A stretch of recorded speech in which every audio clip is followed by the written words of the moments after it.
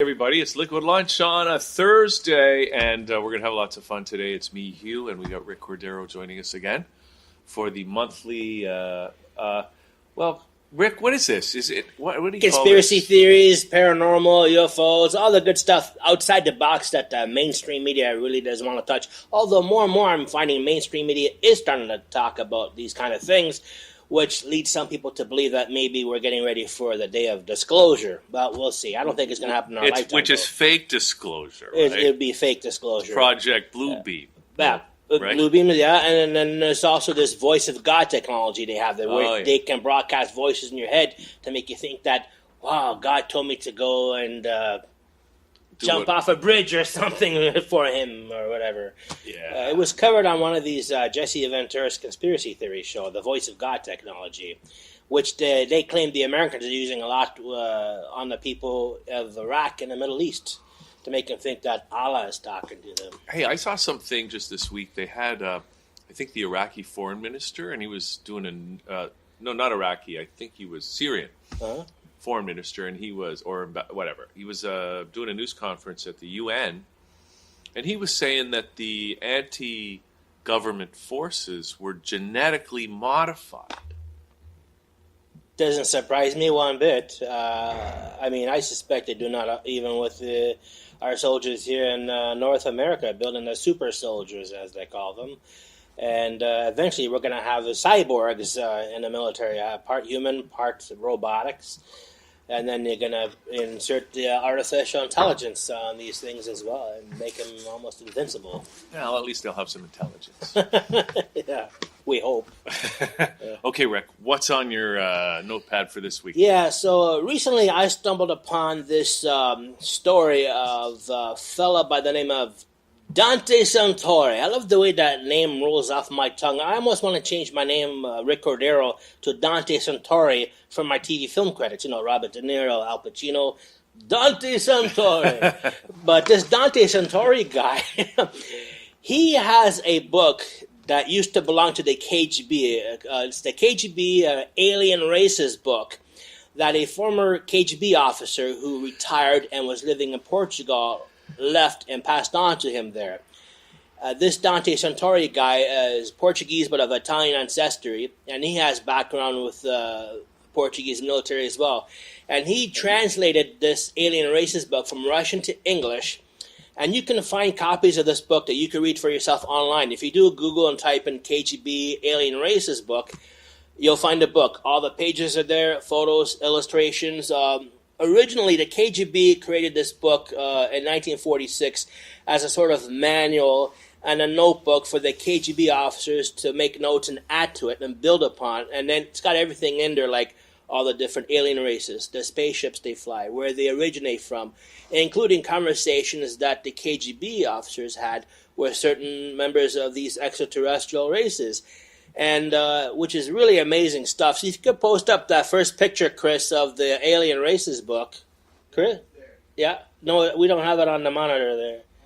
Yeah. Although that looks like that guy with the suit looks like an alien. Oh, no, wait, that was me. You had some funny lighting going on there, right? There it is. Oh. That's how the cover looks like. Oh, my it's God. Of various alien races. That's the cover, and then the inside's got all the alien races. I don't see any blue avians. Well, they're in there.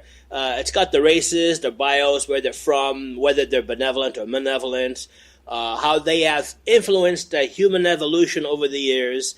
And then they make mention of this group called the Council of Five, which is comprised of 5 different alien races that have been closely monitoring the evolution of humans, as well as protecting planet Earth from the evil extraterrestrials that are out there, the Council of Five.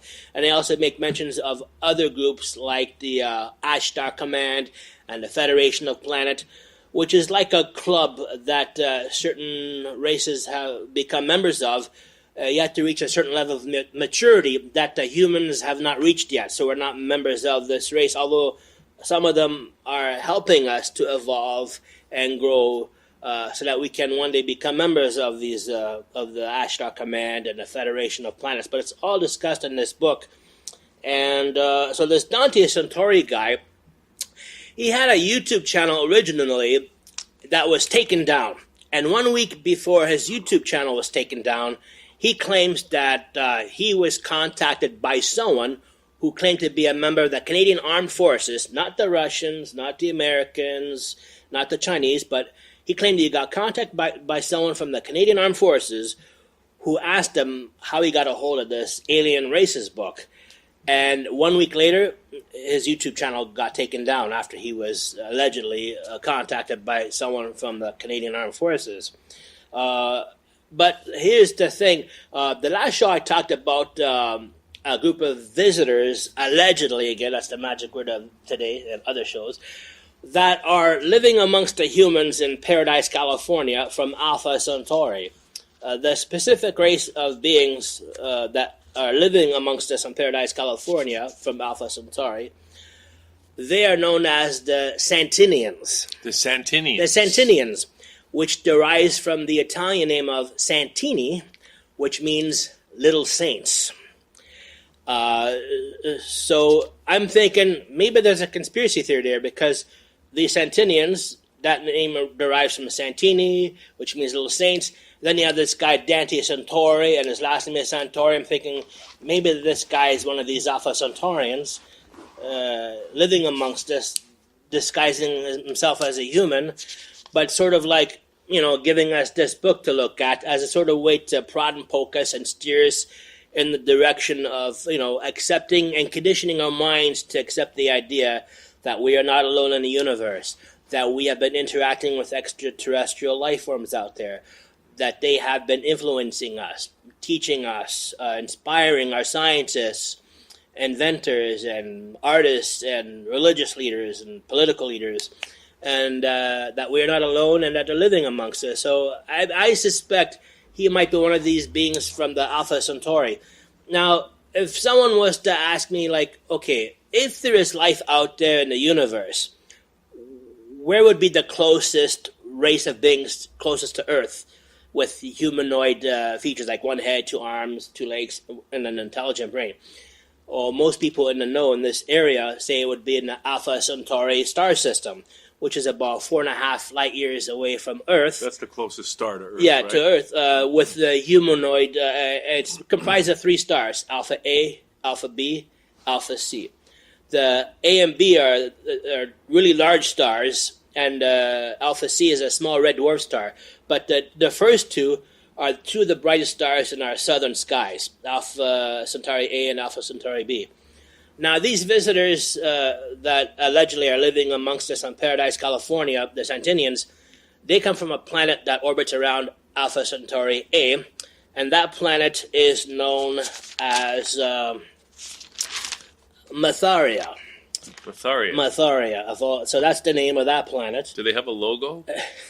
Quite possibly. I think it's somewhere in the Alien Races book. So, so when you read this Alien Races book, it's very fascinating. It's an easy read, and I read the whole thing in an hour. But there's in the end of the book, it has like conversations that some of these KGB officers allegedly had with the extraterrestrial beings. And a couple of things they talk about is how the extraterrestrials, and this is a very controversial topic, how the extraterrestrials created all the religions of the world in order to divide humanity. So again, a very controversial idea. That's why, what do you call it? Circumcision was invented. By the Jews? I don't know. No, by one of these alien races, so they can always tell who was from that lineage, whatever. Very good. Right? Yeah, that's very good. I never heard about that one, but that makes a whole lot of sense.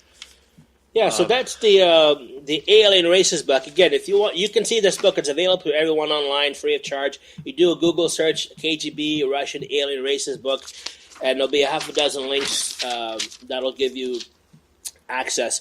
Also, Rick, I just want to ask you a question because you mentioned that these Santinians were living in Paradise, California. Now, that was one of the towns that was burnt down in the fires. Yeah. Also, Las Vegas, where all the shootings took place, is the other city.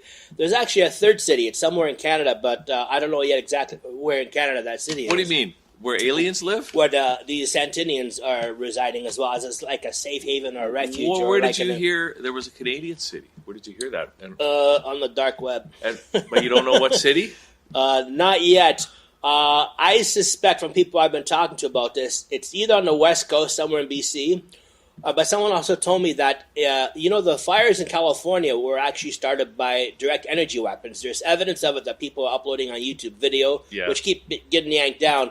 But I have also some photos of these beams shooting down from the skies, targeting the homes. But there was also another forest fire in northern Ontario that some people claim were started by direct energy weapons, and they're saying that's because they were also targeting the Santinians over there as well. Where was this fire in northern Ontario? I have to look that one up, but it's somewhere in northern Ontario. When? Within the last year? Last year or so, yeah. All right. Well, fire season's coming up. Some people are saying that even Fort McMurray might have been a directed energy weapon. Where's that, Alberta? Yeah, the big fire a couple of years ago, right? Yeah. So, there's a lot of really neat things in this book. They also mentioned something about how in the 1950s, U.S. President Eisenhower met frequently with the British Prime Minister Winston Churchill to discuss the idea of these extraterrestrials and how they can best keep this information away from the general public and prying eyes, because they wanted it to be kept a secret for whatever reasons. I don't know. They don't really specify why that is. But they do mention that Eisenhower and Churchill even created a special elite group that would meet every so often to discuss, the going-ons and visitations from these extraterrestrials. And I already talked about the Council 5, which this book talks about. And allegedly, another thing, they say in 1985, 3 alien races visited the United Nations and delivered documents and video that shows evidence of several planets within Earth's solar system that had daily average temperatures of 32 degrees Celsius and oceans like here on Earth. So there are other, what people would call exoplanets, Earth-like planets with oxygen that we can breathe, that humans can live on, with average daily temperatures of 30 degrees Celsius and oceans like the Earth.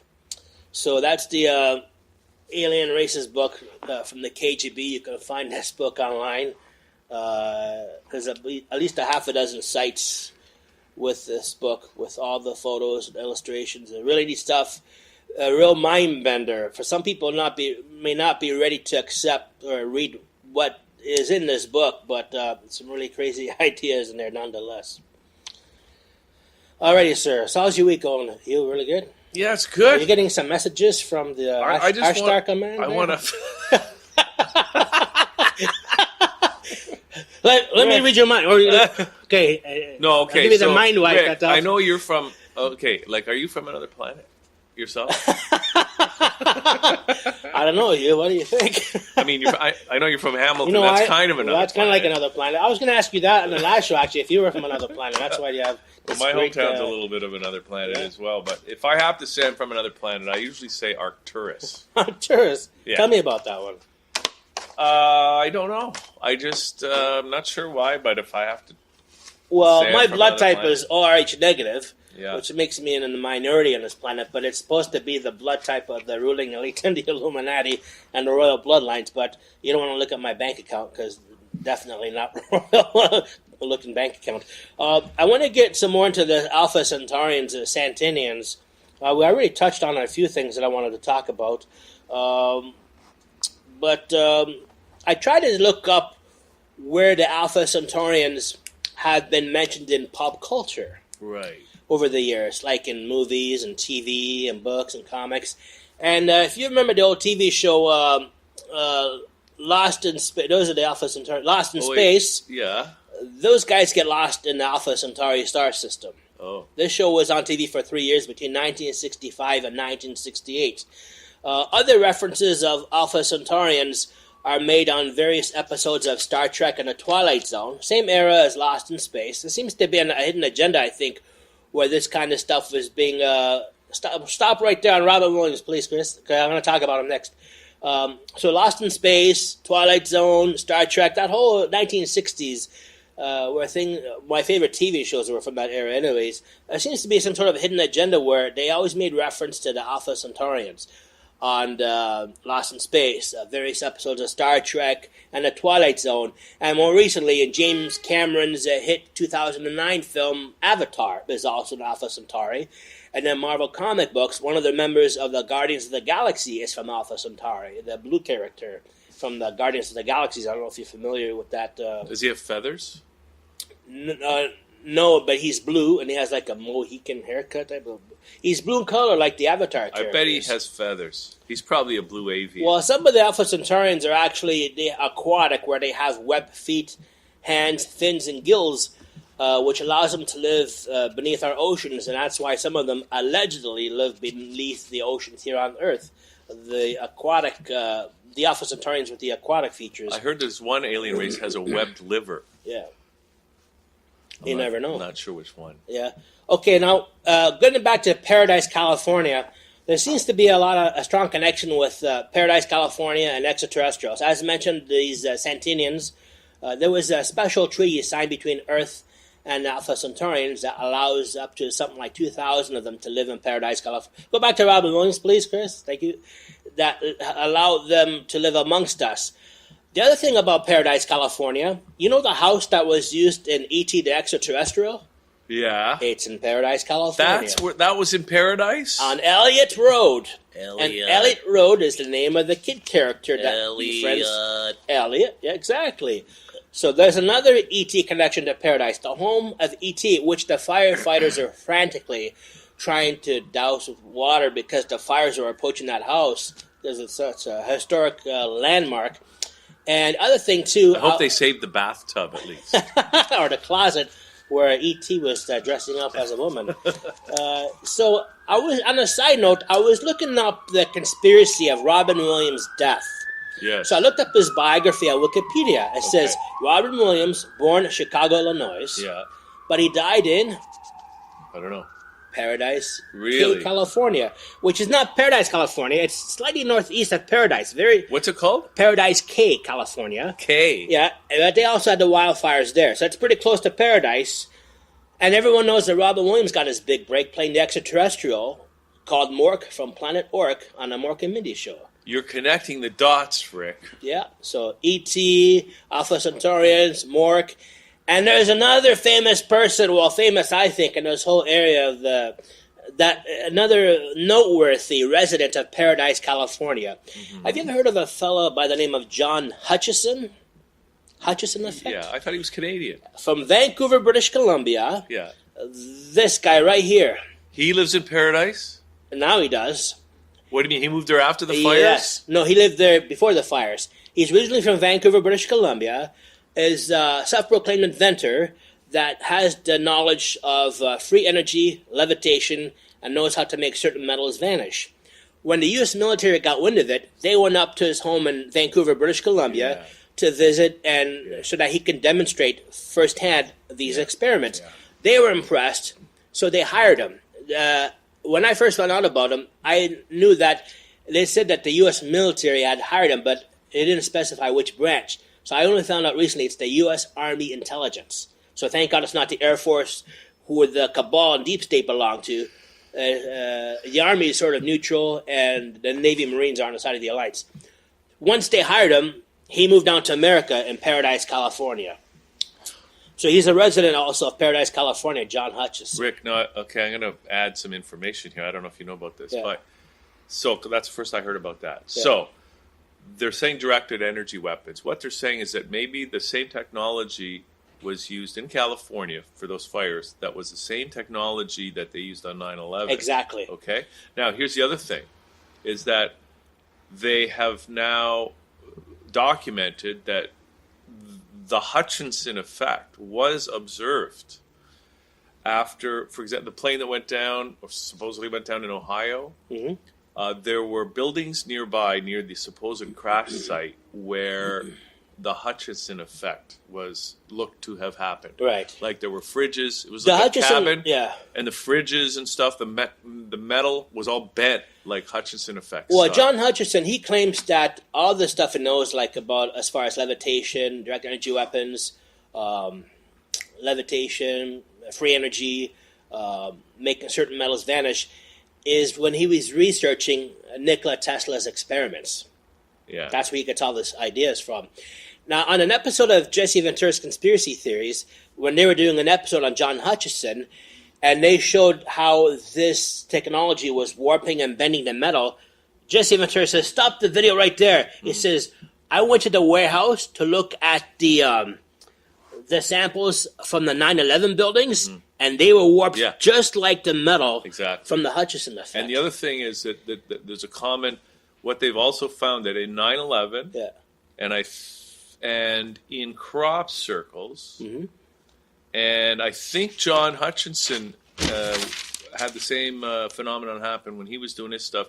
They found these little iron microspheres.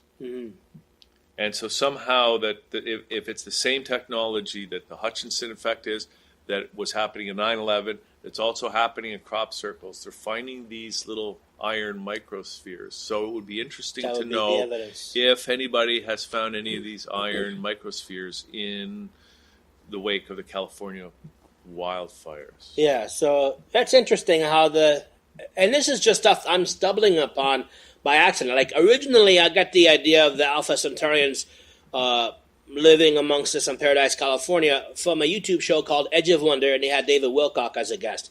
So as if that wasn't strange enough. And then I find out by chance that the home that was used in E.T. the Extraterrestrial is in Paradise, California, that Robin Williams died in Paradise Cay, California, and he was like Mork from Ork.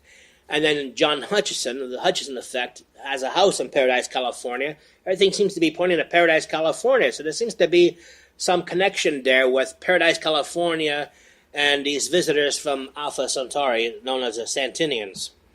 So that's all really cool stuff. Now, the thing about how there seems to be a shadow war going on between the U.S. Air Force, who are members of the Cabal or Deep State, and the U.S. Navy, who are members of on the side of the Alliance.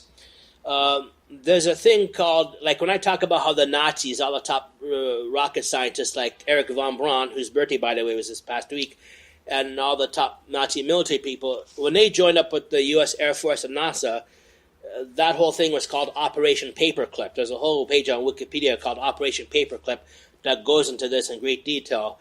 And that's who, those are the guys that were running, have been running and been part of the U.S. Air Force and NASA since the days after World War II. But they didn't infiltrate the Navy and the Marines, so they're sort of like they're on the side of the Alliance, allegedly, and they're supposed to be the Navy and Marines on the side of these Santinians from Alpha Centauri. But when the Cabal found out about them living in Paradise, they ordered the Air Force to go down there and shoot their homes down with the direct energy weapons, and that's the reason why for the direct energy weapons hitting their homes, because they were targeting the homes of the Santinians. So, and only certain homes got targeted, right? Yeah, the homes of the Santinians from Alpha Centauri. Yeah, certain homes that were hit, and yet the trees in the yard were fine. And that sort of thing. Yeah. And then the next door house was fine. Yeah. The thing is, what I've been finding out from this Edge of Wonder show is that some of these Santinians may have survived because their homes on the surface are like a front, because once they enter the home, there's these elevators that take them down to underground tunnel system that takes them to an underground city where they actually live, underground, not in those homes. So the homes are like a facade or a front for that's where they entered, and there's these elevators that took them down. So when you see these images of the homes flattened due to the direct energy weapons, they're saying don't worry about it because many of them were able to escape and are safe and sound, so allegedly. So I just want to bring up something that I'm just following the synchronicity, something I saw this morning, is that the LA Times, I check that out sometimes. So we're talking about California. Yeah. Some people have said that, of course, you know about Agenda 21, or now it's called Agenda 2030, right? What's that again about? It's essentially, it's a global agenda. Youth population agenda? Not necessarily, but it's a UN initiative that is being adopted by nations and by municipalities. It's happening in Canada. It's happening in the U.S. It's happening in California.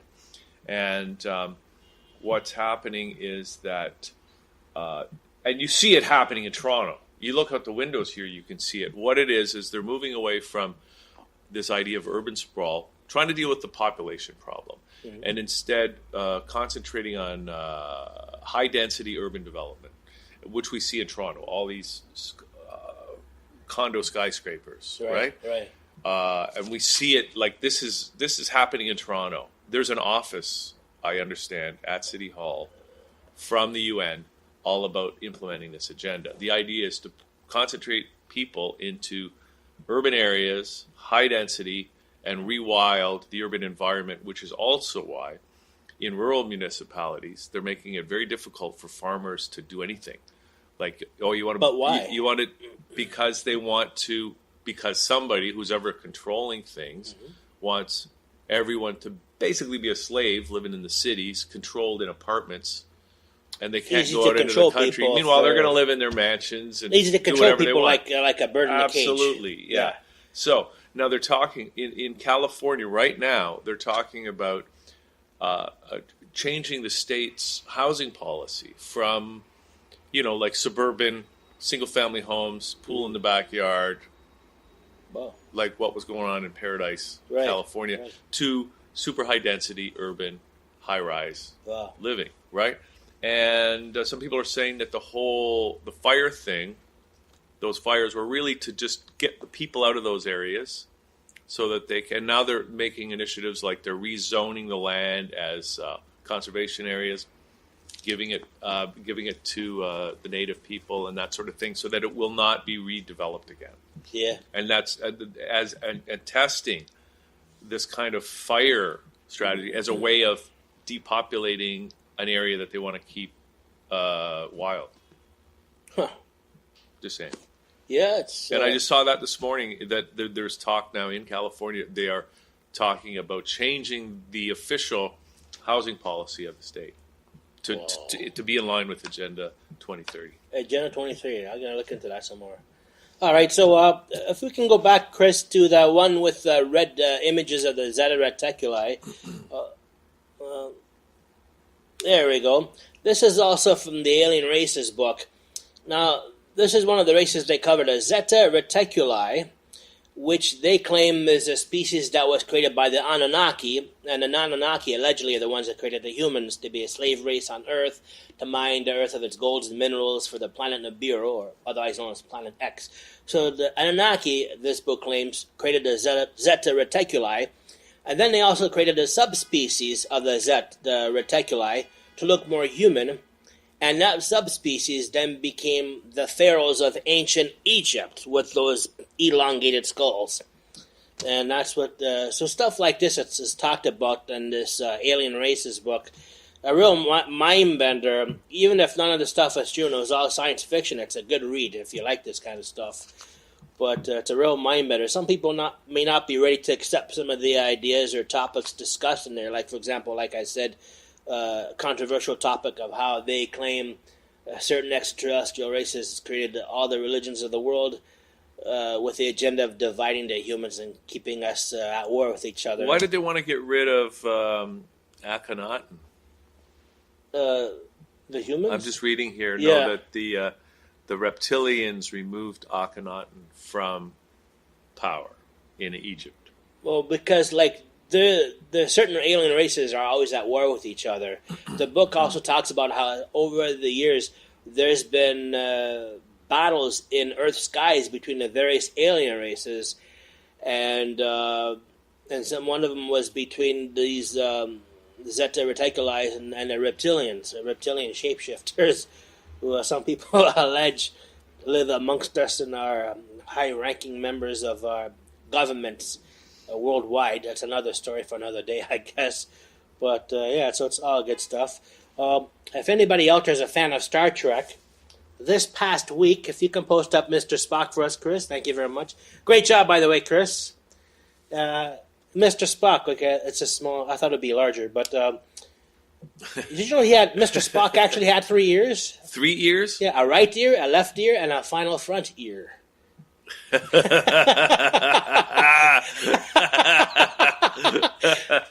love Spock and Star Trek. I'm a big Trekkie. Me too. This past week was both the birthdays of William Shatner and Leonard Nimoy. Both were born in 1931, 4 days apart. William Shatner, March 22, and Leonard Nimoy, March 26. So that means Mr. Captain Kirk, William Shatner, he celebrated his 88th birthday this past week. He's 88? 88. Yeah, William Shatner. It looked pretty good for 88. Well, you know. And so, but he was born 4 days before Leonard Nimoy. Both were born in 1931. March 22 and March 26th, No, respectively. you know Leonard Nimoy is dead. Did you know that? I know that, sir. Not just Spock died. Leonard Nimoy died. Nimoy, yeah. I just found that out this week. I didn't realize. Yeah, but you're a big Spock fan, I hear. I think it's a Mandela You effect. must have been shocked when you must have been devastated when you heard that he was already dead and you didn't even know about it until this week. I wasn't dead. Yeah. Yeah. Well, that's the thing about being an actor in the films. A lot of actors like being actors and working in a film because it's a way of becoming immortal. Because when you're on film, you almost live on forever. You're immortalized in film. So he's still with us. You can watch old episodes of the original Star Trek series, or you can watch The Wrath of Khan with Ricardo Montalban. You know. The Mexican Ricardo Montalban against the Canadian William Shatner in outer space. You know what's funny, though? In that movie, Yeah. they had Ricardo Montalban, they had William Shatner, and they had... who's that other big Canadian actor? James Doohan? No. The guy that was in Sound of Music. Christopher Plummer. Christopher Plummer. From Toronto. Played a Klingon. Yeah. Right? Yeah. And the funny thing was, and Christopher Plummer and William Shatner used to work together in Stratford, Ontario. That's right. Doing the Shakespeare Festival. With Lauren Green. And here they were. With Lauren Green, the leader of Battlestar Galactica. And in that scene on that Wrath of Khan, I think it was Wrath of Khan, but anyways, they're quoting Shakespeare. And the funny thing was they'd worked together doing Shakespeare. It's funny. Funny how things all seem to go around. Yeah. You know, like the Canadians, we rule in outer space. So we got William Shatner from Star Trek and James Doohan. And then we have Christopher Plummer, you said. And then Lauren Green was, we know him from Bonanza, but he was also the leader on Battlestar Galactica. That's right. And then Darth Vader, Christopher Hayden, what's his name? Played the Vancouver guy, or Toronto guy, who played the Darth Vader.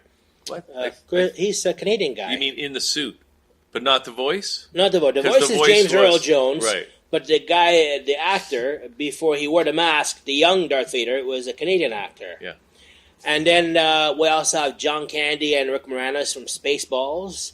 So, like the Canadians, we not only rule planet Earth, we rule in outer space. Well, not only that, Justin Trudeau recently announced that Canada was going to the moon. That Canada's going to the moon? I know the USA says, Pence, the vice president, says, we want to go to the moon by 2024 because the Chinese have started going back. They landed a craft earlier this year on the dark side of the moon. So once that happened, the U.S. says, we got to go back. Because the last time the Americans went there was 1974, believe it or not. Allegedly, because some people believe we never went to the moon. Some people say, well, the stuff you see on TV is fake. And then you have like a guy like Dr. Stephen Greer says, well, we went to the moon, except the stuff they showed us on TV was fake. And then other people say the stuff we saw on TV was produced by Stanley Kubrick, the guy who produced A Space Odyssey 2001. Right? Yeah. Now, the thing about Stanley Kubrick is the guy who also produced Eyes Wide Shut. He died exactly 666 days before January 1st, 2001. And he was also the producer of 2001: A Space Odyssey. And that was his confession. That was his confession, right? Because and there's no such thing as coincidence. And you know what else I heard? Or maybe I heard it from you, Rick. I'm not sure, but that the movie AI, the artificial intelligence, actually was Stanley Kubrick was supposed to do that movie, and for some reason, I don't know if he I don't know if that was out before or after Eyes Wide Shut, but Steven Spielberg ended up finishing that movie. But it was originally supposed to be Stanley Kubrick. Yeah. Finally, the last picture I want to show is the one with the large alien face, Chris. That one there, yeah. The face I make when someone says aliens don't exist. This is the face I make. So please, if you ever meet me in person, don't tell me in my face that aliens don't exist, because this is what I'll show you, all right? So be very careful. Well, Rick. Is there anything else for us today? That's it. We didn't even get into the mud flood. Oh, well, we can get into it right now. Well, can we? Sure. Right. Briefly, and then let's wrap it up. Sure. Just because we're going to have you back, of course, next month again. Yeah. We'll do more. But sure. Mud flood? Yeah, mud flood and Zeta Reticuli. And, Yeah, my friend Stevie and I were going to go around the city documenting the Tartarian architecture. Uh-huh. Like the old City Hall? Old City Hall, Queen's Park. Yeah. Flatiron Building. Flatiron Building. They've torn a lot of it down. I know the original City Hall now, when they tore down, when you look at pictures of it, it looks very similar to the old City Hall. Hamilton. That's probably where those tunnels that you speak of. They're probably Tartarian. In some ways, it makes more sense to build a city where Hamilton is. Do you know those tunnels in Hamilton, when you see images of it, there's actually, that tunnel is made with brickwork. I want to see those images. Yeah, well, the floating, somebody posted up video of it because they actually went down there when he wasn't supposed to. They went down with a camera. Yeah. And it's amazing. It's like all this network of tunnels underground. But when I was doing security in Hamilton at a company called Slater Steel, overnight security, my security partner there was telling me that he was stationed at the Armories on James Street North, which is a military base in downtown Hamilton. And one time he had to go down a large elevator that was large enough to fit 2 big military trucks. And he had to go down a certain level to get his hair cut. And there was another military guy who was in charge of running the elevator. So as the elevator's going down, he asked the guy running the elevator, like, how far down does this thing go? He goes, the equivalent of a 30-story building, but underground. He goes, wow. But he says, well, what exactly is all the way down there? He says, okay, I'll show you. So they went down there. It's all these military vehicles that they store down there. And there's also the underground railway network beneath the streets of Hamilton.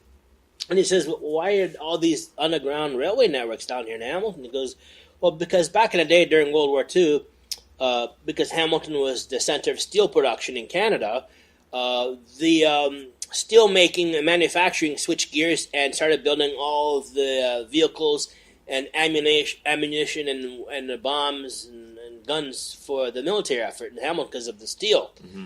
And so all the steel mills and factories were connected underground via this railway network, also connected to the Armories, the military base on James Street, and also to McMaster University where the nuclear reactor is, and also below the City Hall in Hamilton. To confirm this, there was a factory in Hamilton that was recently leveled down called Camco, a company that used to build appliances like stoves and refrigerators. And what were they called? Camco. Camco. They're in right near where McMaster Innovation Park is. Yeah, I know, but they do something with nuclear products, don't they? Camco. Anyway, they did appliances for refrigerators and stoves. Right. But they went out of business because of stuff like robotics and cheap labor in third world countries. So a construction company came in and leveled the building. Yeah. And one of the bulldozers accidentally fell through a hole down the pit and landed on top of one of the railway networks down there. One of the secret railway tunnels. Yeah. Okay. And they didn't know, but when they got down, they said, what the hell are all these railway networks down here? The construction crew had no idea about it, so they found out by accident.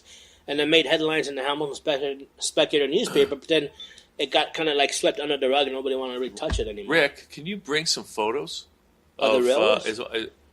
Those underground rail tunnels in Hamilton? No, I don't have the photos of the railway, but there was some videos that somebody posted online of the tunnels minus the railway. Can we see some of that? Maybe next time? Maybe next time, yeah. Yeah, because that's very interesting. Yeah, very interesting. I mean, I grew up in Hamilton. I just lived down the street from the headquarters for the Freemasons, the Grand Lodge of Canada, and next door was the Scottish Rite Castle. So that whole, and then just down the street was Westdale High School, which in Hamilton was known as Celebrity High because Martin Short, Dave Thomas went there, NHLer Harry Howell, members of famous rock bands, even like a guy like, I believe, the guy who produced U2 and Peter Gabriel that had a studio in Grand Avenue Studios. Daniel Lanois. Lanois. They all went to Westdale High School. It was known as Westdale High School because, just down the street is the Grand Lodge of Canada, or the headquarters of the Freemasons, and that's where all the Freemasons sent their kids to. And so that's why a lot of them became famous celebrities because, when you're a Freemason, you got connections to certain people in entertainment and various aspects of our world, and so it's like having the American Express card. The membership has its benefits. Hamilton's got a funny vibe, and it's just interesting that the headquarters of Freemasonry for Canada is in Hamilton. Yeah, you would think it would be like Montreal, Toronto. No, it's in Hamilton. Like, why Hamilton? Well, maybe because of all the steel mills and the manufacturing and. Well, at one point, Hamilton was could have potentially been the big city. It was rivaling Toronto in the late 1800s, early 1900s, and it was attracting all this heavy industry from all around the world, like International Harvester, Westinghouse, Procter & Gamble, Levi Strauss, all these big companies from around the world, because Hamilton was advertising that they had the cheapest hydroelectric power on the planet, because Hamilton is surrounded by 100 waterfalls, and they were tapping into the power of the waterfalls, which allowed them to sell the hydroelectric energy at a very low price, lower than anybody on the planet. But then over the years, these companies have had to move out because the price of electricity went through the roof in Ontario. I'm thinking, well, they still have access to these waterfalls in Hamilton that they can tap into for the hydroelectrical power. So why did it go right through the roof when back in the day they were able to attract all these companies to town because they had the cheapest hydroelectric power? So it's kind of strange how that works out. Well, okay, Rick. So thanks for doing this today. Yeah, my pleasure. Thank you for allowing me to come in. And look forward to our conversation next time. I enjoyed the opportunity to discuss these ideas and on my journey to enlightenment and expanding our minds. Absolutely. Okay, great. Okay, so Liquid Lunch, we got more coming up, so stay tuned. Otherwise, we'll see you next time. We'll give you the mind wipe, like the Alpha. Yeah, we'll do the old Jedi mind. Jedi mind trick. These or are the droids like, you're looking for. for. Or I'll wave like Queen Elizabeth. Maybe when she waves like this, she's doing a mind wipe to people. Like maybe. She's doing the Queen Elizabeth mind wipe. Bye, everyone.